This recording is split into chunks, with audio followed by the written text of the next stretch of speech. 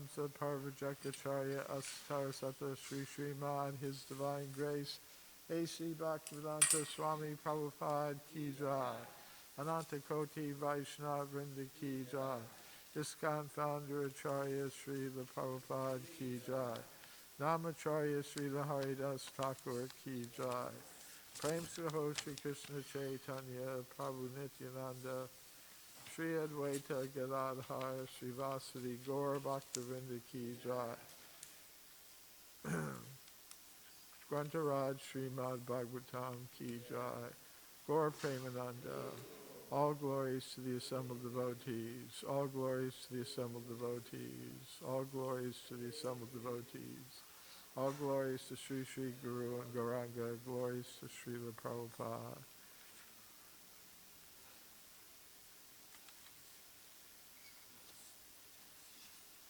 This is okay.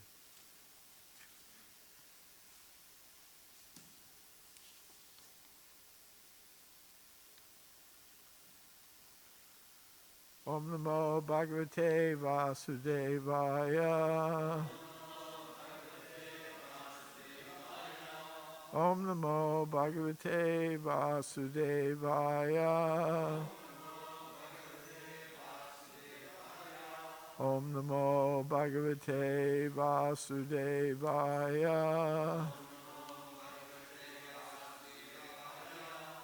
Srimad Bhagavatam, Canto 2, Chapter 9, answers by citing the Lord's version, texts 41 and 42.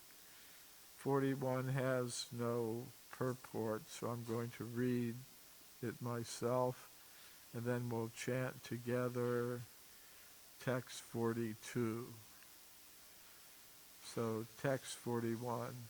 Tam narada priyatamo rikta danam anuvrataha sushushamana shilena prashrayena damena cha. Translation. Narada, the most dear of the inheritor sons of Brahma, always ready to serve his father, strictly follows the instructions of his father by his mannerly behavior, meekness, and sense control. So text 42. Mayam Vividishan Vishnor Mayeshasya Mahamunihi Maha Bhagavato Rajan Pitaram Paryatoshayat Maya Vividishan Vishnor Mayeshasya Mahamunihi Mahabhagavato Rajan Pitaram Paryatoshayat Mayam Vividishan Vishnor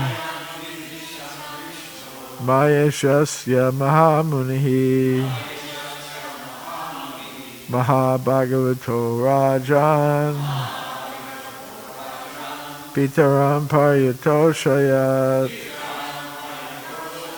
Mayam Vividishan Vishnor Mayeshasya Mahamunihi Mahabhagavato Rajan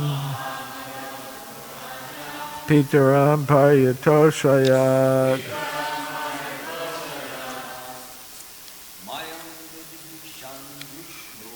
Mayam Vividishan Vishnor Mayeshasya Mahamuni Mahabhagavato Rajan Pitaram Paryatoshayat Mayam Vividishan Vishnor Mayeshasya Mahamuni Mahabhagavato Rajan Paryatoshayat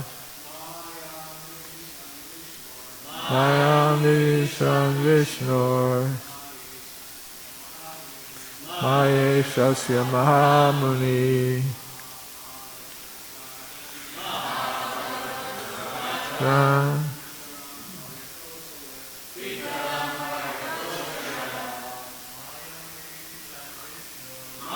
Amida Vishnu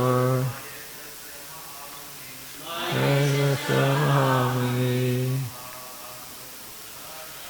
Mahabhayavato Rajan Amayavotaran Ayamida Vishnu Esasya Mahamuni Mahabhayavato Rajan Jarampayatoshaya. Vaishnavis, I am Vishnu.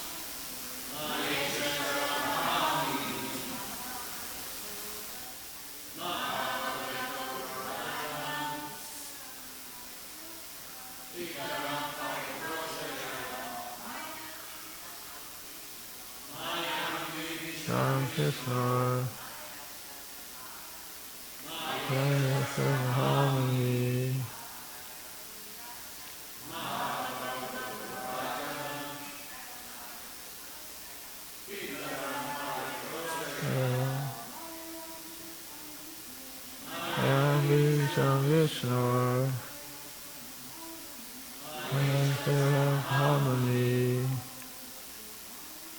Mahabhayavato Rajan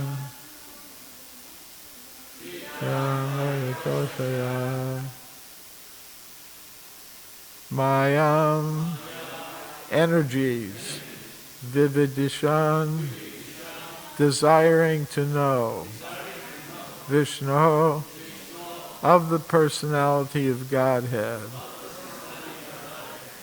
Maya Ishasya, of the master of all energies, Mahamunihi, the great sage, Mahabhagavata, the first class devotee of the Lord, Rajan, O king, Pitaram, unto his father, Paryatoshayat, very much pleased. Translation and purport by His Divine Grace A.C. Bhaktivedanta Swami Prabhupada Ki Jai. Translation.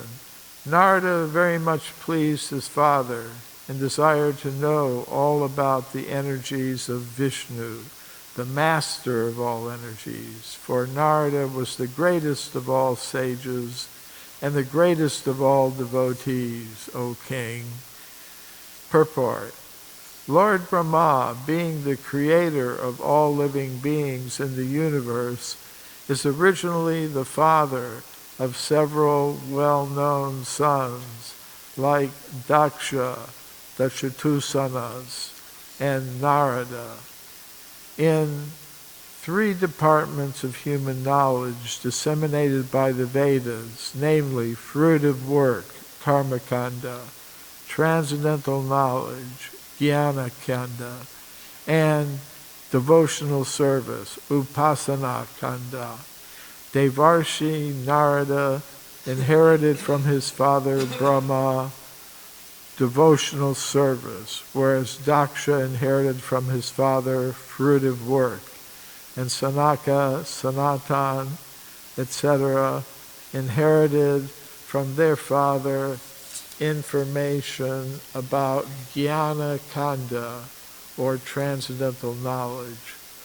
But out of them all, Narada is described here as the most beloved son of Brahma because of good behavior, obedience, meekness, and readiness to render service unto the Father. And Narada is famous as the greatest of all sages because of his being the greatest of all devotees. Narada is the spiritual master of many famous devotees of the Lord. He is the spiritual master of Prahlad, Dhruva, and Vyas, down to the forest animal hunter Kirata. His only business is to turn everyone to the transcendental loving service of the Lord. Therefore, all these features of Narada make him the dearmost son of his father, and all this is due to Narada's being a first-class devotee of the Lord. The devotees are always anxious to know more and more about the Supreme Lord, the master of all energies, as he confirms in the Bhagavad Gita 10:9. Machchita madgata prana bodhayanta parasparam katayantascha mam nityam tushyanti cha ramanti cha. The thoughts of my pure devotees dwell in me. Their lives are fully devoted to my service, and they derive great satisfaction and bliss from always enlightening one another and conversing about me. The Supreme Lord is unlimited, and his energies are also unlimited. No one can know them completely. Brahmaji, being the greatest living entity within this universe and being directly instructed by the Lord, must know more than anyone else within this universe, although such knowledge may not be complete. This is the duty of everyone, to ask about the unlimited Lord from the spiritual master and the disciplic succession of Brahma, which descends from Narada to Vyas, from Vyas to Shukadeva, and so on. Om Jnana Timirandasya Gyananjana Shalakaya Chakshur Militam Yena Tasmai Shri Gurave Namaha. Shri Krishna Chaitanya Prabhu Nityananda Shri Advaita Gadadhar Shri Vasadi Gaura Bhaktivinoda. Hare Krishna, Krishna Krishna, Hare Hare, Hare Rama, Rama Rama, Hare Hare.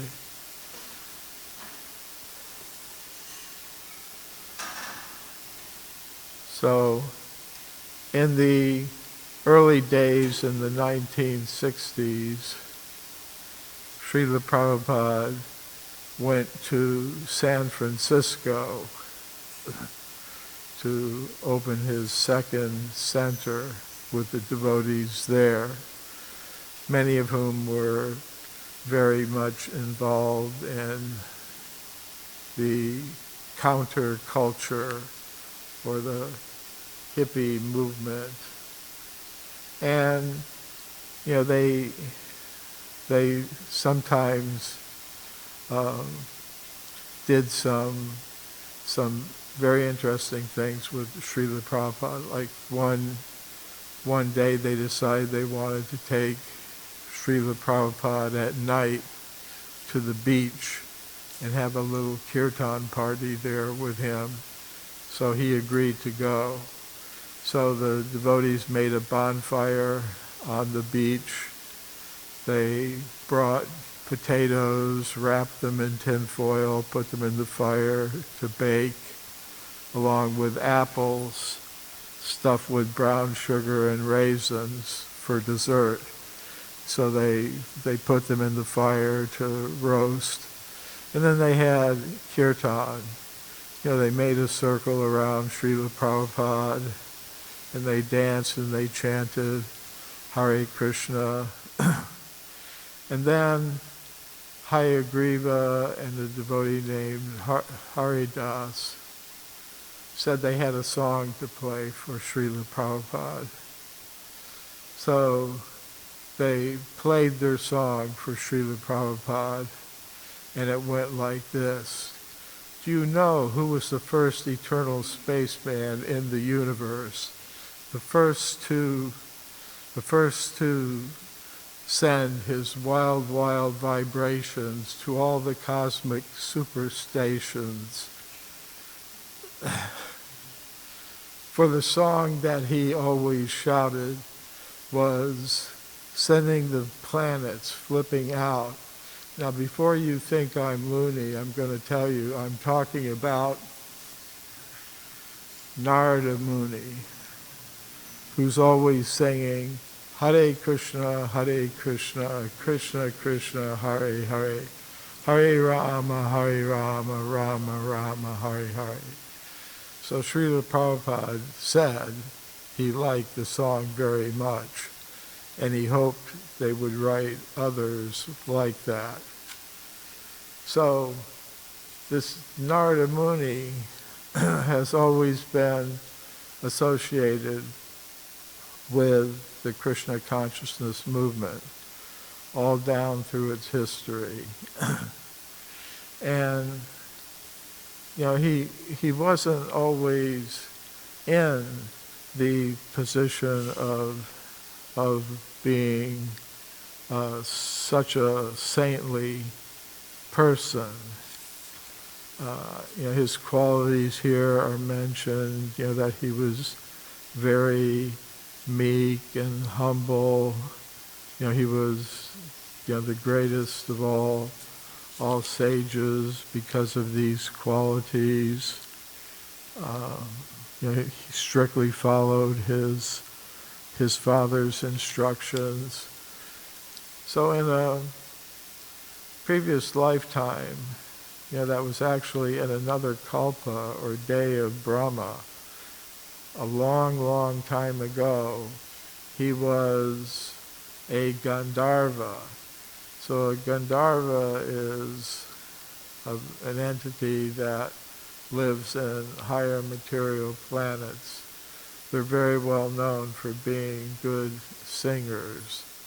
Like the Apsaras, they're known to be dancers, but the Gandharvas are known for their singing.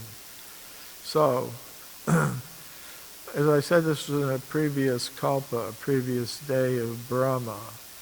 And each day of Brahma, a complete day, lasts for 8,640,000,000 years. It's a long time. You know, the day of Brahma lasts 4,320,000,000 years. Then there's a night of Brahma that lasts 4,320,000,000 years. We're now about in the middle of our current kalpa or day of Brahma. So it began about a little over 2 billion years ago. So then 4.32 billion years before that, that was the previous kalpa or the day of Brahma, in which Narada Muni was a Gandharva named Upabarhana. And one day, the Prajapatis, the generators of population, decided they wanted to have a Sankirtan festival, chanting the holy names of the Lord. So they invited Narada Muni to come. So he came with, you know, he was a very attractive personality, very well dressed, very well decorated, you know, accessorized, and the Bhagavatam said he was very pleasing, very attractive to the women in the heavenly planets. So he came with some of his Apsara girlfriends to the festival, and he started chanting not Hari Nam, the names of Lord Hari, Lord Krishna, but he started chanting prayers and songs in praise of the demigods. So he was cursed by the Prajapatis to become a Sudra on this planet, on this earth planet. So if you're going to behave like that, this is not the suitable place for it. In his purport, Srila Prabhupada explains that he was like a playboy, and playboy means freely associating with the opposite sex. Be playboy, playgirl, whatever it is. So he's freely associating, and that Srila Prabhupada said is characteristic of the Sudra class. And he mentions that for the higher castes, the Brahmanas, the Kshatriyas, the Vaishyas even, there's, in strict Vedic society, no such opportunity. So sometimes for that purpose, in Vedic society, people would associate people would associate with the Sudras, because among them there is opportunity for such things. So he was cursed, and he took birth on earth as the son, the child of a maidservant. So maidservant means Sudrani, female member of the Sudra class. Now in Daiva Varnashrama, there's no real distinction. Anyone can become a devotee, the topmost position. It doesn't make any difference if one is, as Lord Chaitanya said about himself, I'm not a Brahmana, a Kshatriya, a Vaishya, a Sudra. I'm not a sannyasi, a vanaprastha, a grihastha, or a brahmachari, gopi bharta padakamali, or a das anudas. I'm just a servant of the servant of the servant of the Lord of the gopis, Krishna. So, it's stated, Kiba Vipra Kiba Nyasi Sudra Kenanaya Ye Krishna Tattva Veta Se Guru Hai. Doesn't matter if one is, a Sudra or a sannyasi. Whoever knows Krishna, whoever loves Krishna, that person is Guru. So the Krishna consciousness movement was established on that principle. And so that, but in terms of ordinary Varnashrama, the Sudra class is considered to be low class. So he was born, he took birth as the son of a Sudrani, and she was doing service in a guest house, and there's a system, like now we're in the middle of Chaturmasya, or we're just coming out of the 4 months of the rainy season. We're coming out of it now. And during, it's customary in Vedic times that during the rainy season, the sannyasis, the Bhagavats, the traveling preachers would stop their traveling during the rainy season and they'd remain in one place.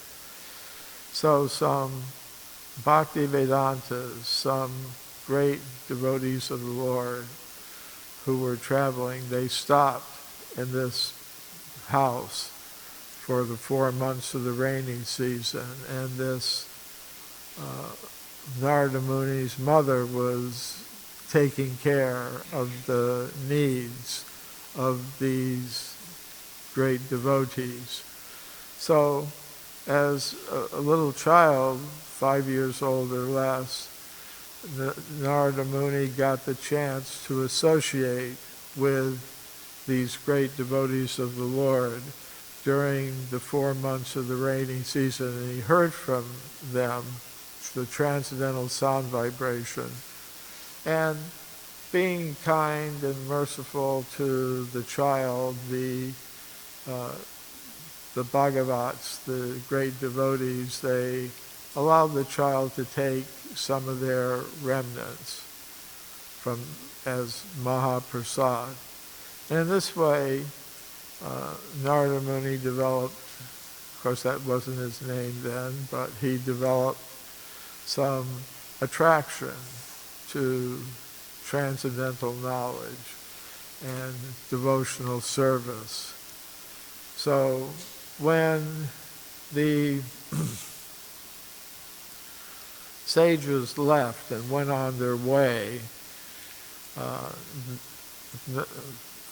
one night Narada Muni's mother was bitten by a poisonous serpent and died. So he was left all alone, and he decided to leave. And he began walking through the towns and villages, going up into the mountains, I think the Himalayas. So he went, and as he went, gradually, he was passing by the orchards and the villages and the mines and the shops and the working places where things are made. And in his purports to that, Srila Prabhupada makes an interesting statement. Because he was passing, as the Bhagavatam says, through mines and workshops and pastures, and Srila Prabhupada said it can be seen that these industrial activities and economic development, everything has been present for millions and millions and millions of years, going all the way back to even a previous creation, a previous day of Brahma. So it's passages like that that have inspired me in some of the service that I do, which has to do with showing, well, that's really possible. It's not just mythology.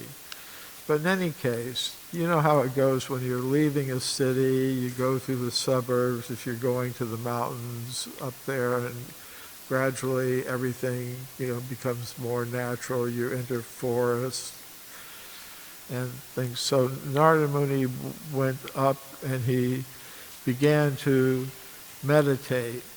And when he began to meditate on the Supreme Lord, the Supreme Personality of Godhead, and the Lord appeared to him. But then, very quickly, he disappeared. And Narada Muni became very much in the mood of separation. And then the Lord appeared to him and said, okay, I'm only going to appear to you this one time, and that's to increase your attraction to me, increase your feelings of devotion to me. So he accepted that, and he continued his practice of meditation, his bhajan, and eventually he achieved the goal of liberation from material existence. It's stated that it just happened sort of immediately, just like the Bhagavatam says, like light accompanies lightning. Lightning strikes, light is immediately there.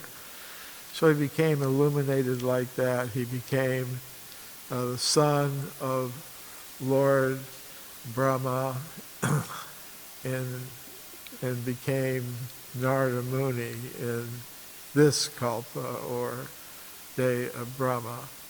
So Srila Prabhupada in his purport mentions the important position of Lord Brahma, He says, Lord Brahma, being the creator of all living beings in this universe, is originally the father of several well-known sons, like Daksha, other great sages, the mental sons of Lord Brahma.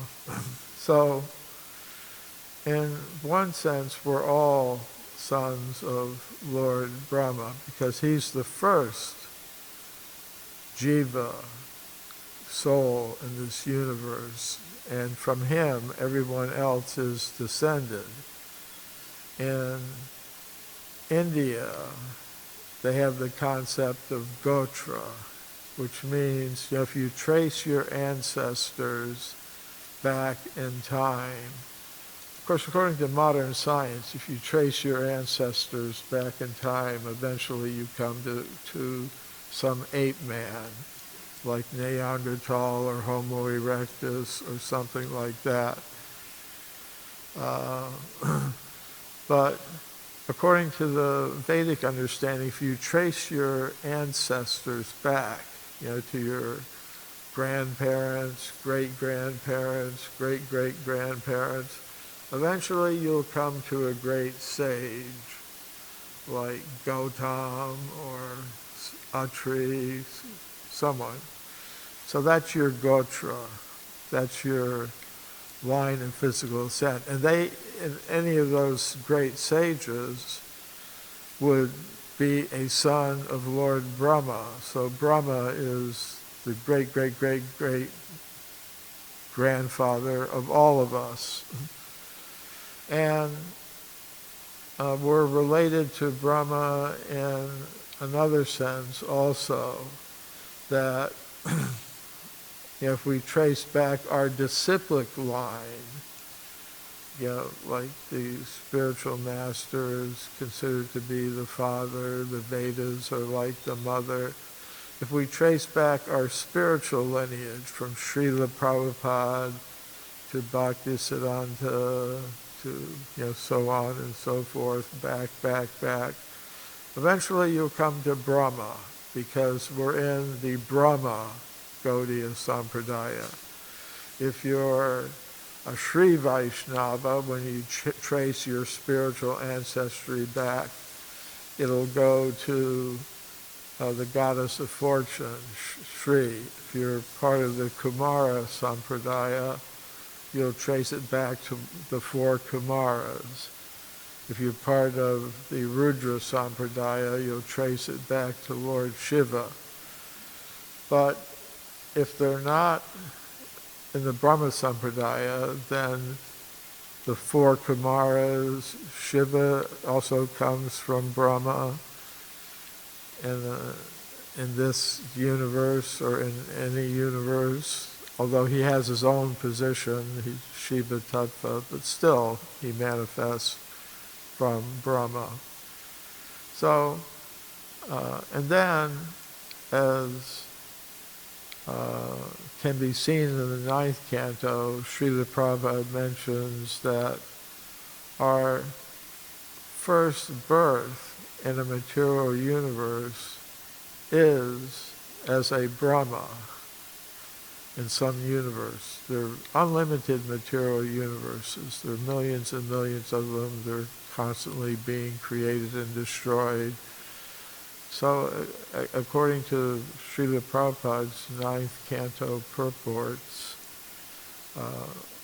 we originally take birth as a Brahma and then work ourselves down from there by misuse of our free will.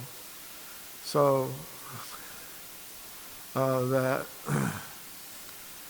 so through reincarnation and rebirth, we can trace our ancestry back to Brahma.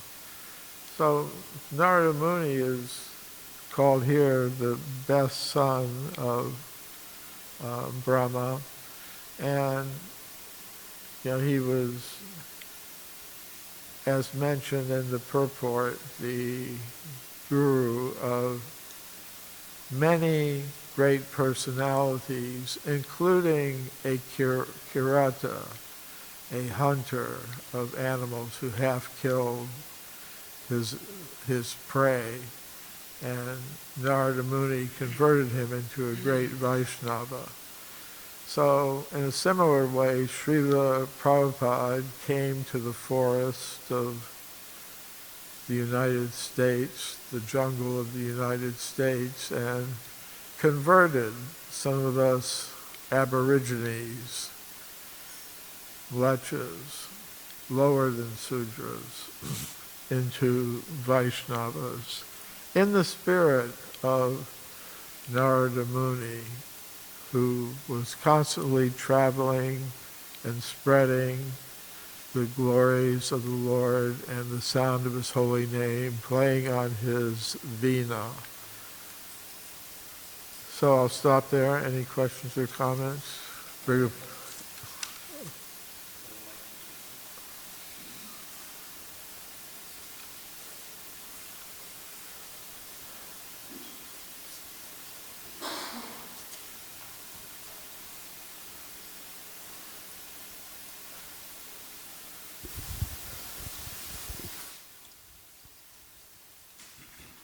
First, thank you very much for a very illuminating class on the ancestry of the human race, with a special reference to Narada Muni and Lord Brahma. My question is this, is that you had just mentioned just a few moments ago that Brahma was in a very high position, and he gradually fell down, down, down, down, down, until finally he became just an ordinary human being. So my question is this: well, when Brahma was in his high position, as far as I remember, he was given many enlightening and advancing. He's given very many enlightening and advancing knowledge from Lord Vishnu. And the question that I ask is, if he had all that knowledge and he was in that high position, why would he fall down, knowing full well the consequences of such a fall? So maybe you can elucidate on that point.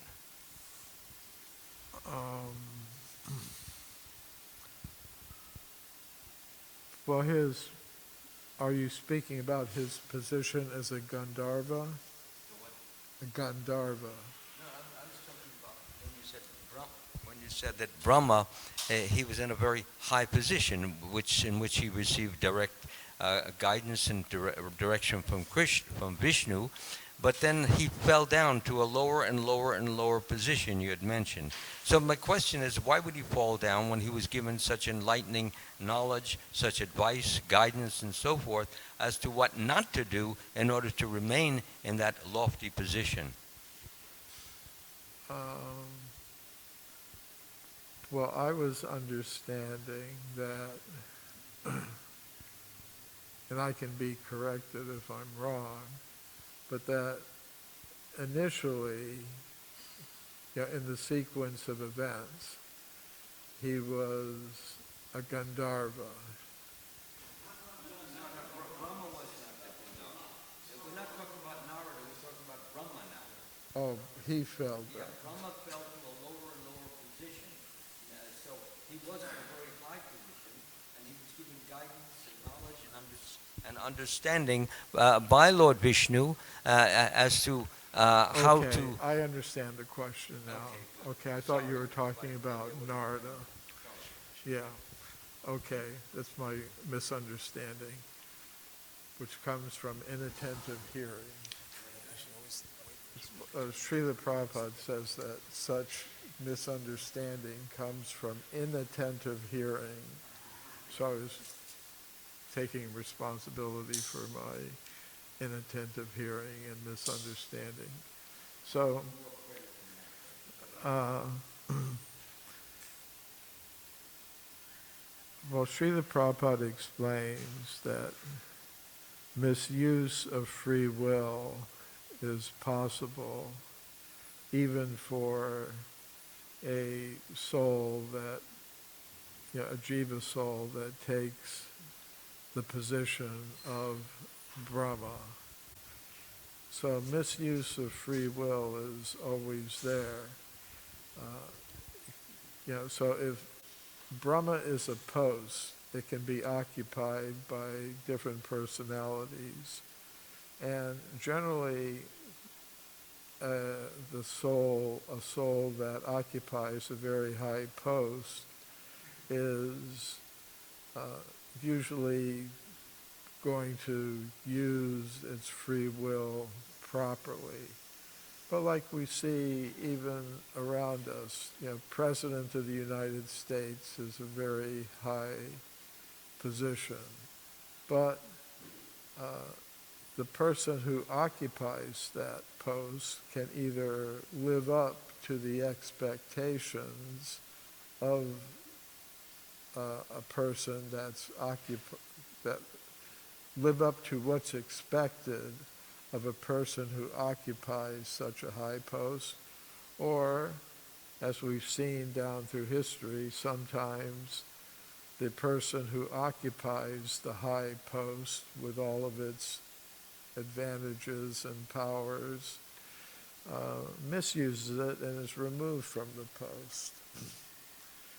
So sometimes that can happen, either by, like in Vedic times, the position of king or emperor was a very high position, and one was expected to be a Rajarshi, a Raja, a king, and also a Rishi, following the religious principles.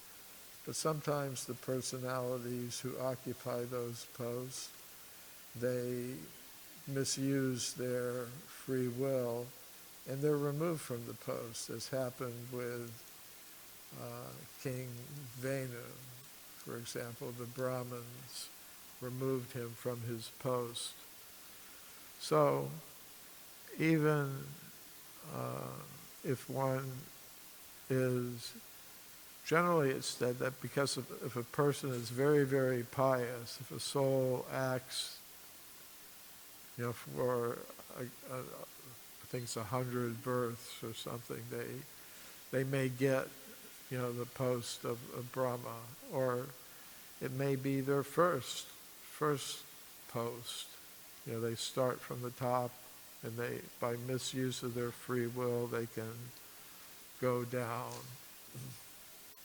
That anybody else have any insights on this question? Okay.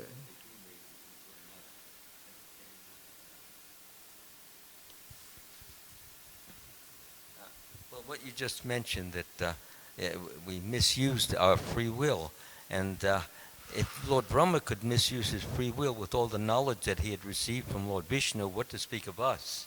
So therefore, we have to really be on our toes, so to speak, and we have to be very watchful and very thoughtful, and never think that because I know so much that I cannot fall. If Brahma was such a person, and as you just mentioned, he did fall. And I would just add one other point. The pleasure principle is in all of us, and the temptation is always there.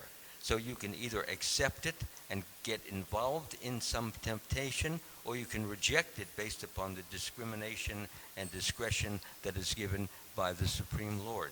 So it is up to us to always be on our guard to do the thing that we have been taught to do most, to reject, to detach, to stay away from those things which are going to bring us down rather than up.